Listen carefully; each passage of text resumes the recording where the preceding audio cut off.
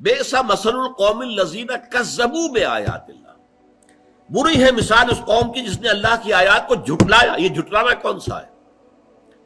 دیکھیے، جھٹلانا کسی شے کا دو طریقے سے ہوتا ہے، قولاً یا حالاً۔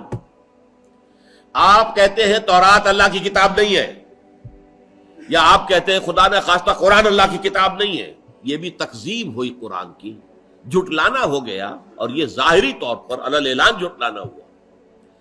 ایک ہے عملی طور پر حال کے انداز میں جھٹلانا۔ کیا مانی؟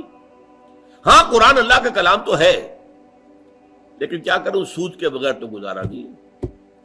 اب یہاں آپ نے قرآن کے ایک حکم کو جو کہ اس نے تشدد و مد کے ساتھ دیا ہے، اس کی نفی کر دی۔ یہ جھٹلانا ہے، آپ نے اپنے عمل سے جھٹلایا۔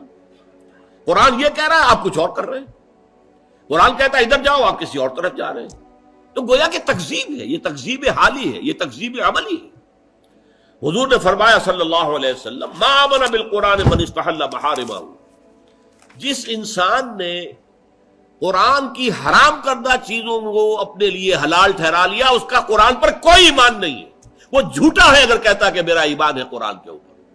تو یہ تکذیب ہے جو یہود نے کی تھی، ورنہ زبان سے تو انہوں نے کبھی نہیں کہا کہ تورات اللہ کی کتاب نہیں ہے۔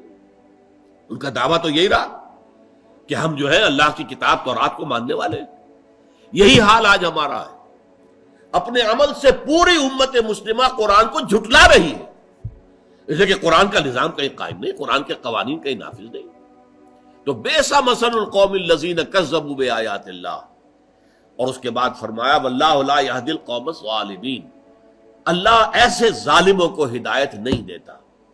اس میں ہمیشہ میں نے اضافہ کیا، زبردستی ہدایت نہیں دیتا۔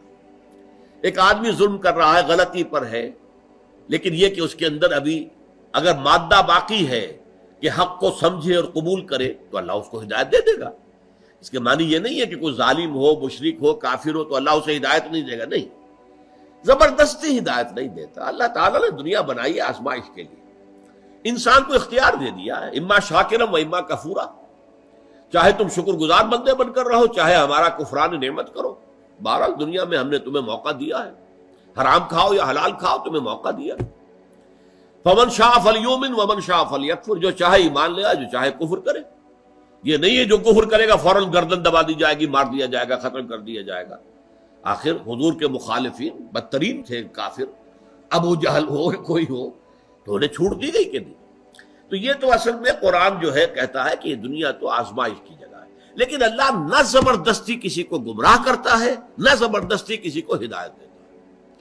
اگر وہ زبردستی گمراہ کرے یا ہدایت دے تو پھر وہ چوائس تو ختم ہو گیا، پھر وہ امتحان کا معاملہ تو ختم ہو گیا، جس کو اقبال کہتا ہے قرآن مجید کی آیت کی ترجمانی کرتے ہوئے۔ قرآن کہتا ہے خلق الموت والحیات لیبلوکم ایکم احسن عملا، اس نے یہ موت و حیات کا سلسلہ اس لیے بنایا ہے کہ تمہیں آزمائے کہ کون ہے تم میں سے اچھے عمل کرنے والے۔ اسی کو علامہ اقبال نے کہا قلزم ہستی سے تو ابراہ مانند حباب، کیا ہماری حیثیت ہے، یہ پوری کائنات، اس میں میرا اور آپ کا کیا مقام ہے؟ بلبلہ، جیسے سمندر کے اوپر پانی کا کوئی بلبلہ بن گیا ہو تو سمندر کے پانی سے اس بلبلے کی کیا نسبت ہے؟ لیکن یہ بلبلہ بہت عظیم ہے، یہ انسان، اس کو جو ہے خلافت الارض دی گئی ہے، زمین کا خلیفہ بنایا گیا۔ لیکن بہت پیارا انداز ہے یہ، قلزم ہستی سے تو ابراہ مانند حباب، اس ضیاء خانے میں تیرا امتحان ہے زندگی، یہ زندگی جو ہے امتحان کے لیے۔ اس اعتبار سے ان اللہ لا یہدی القوم الظالمین، اللہ ایسے ظالموں کو زبردستی ہدایت نہیں دیتا۔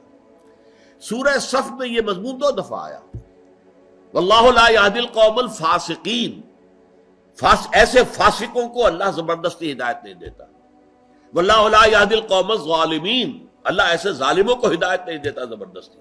یہاں پر دوسرا لفظ آیا ظالمین، اور اگلی سورت جو ہے سورہ منافقون، اس کے بعد ہمیں اسی کا مطالعہ کرنا ہے، اس میں ان اللہ لا یہدی القوم الفاسقین دوبارہ آیا۔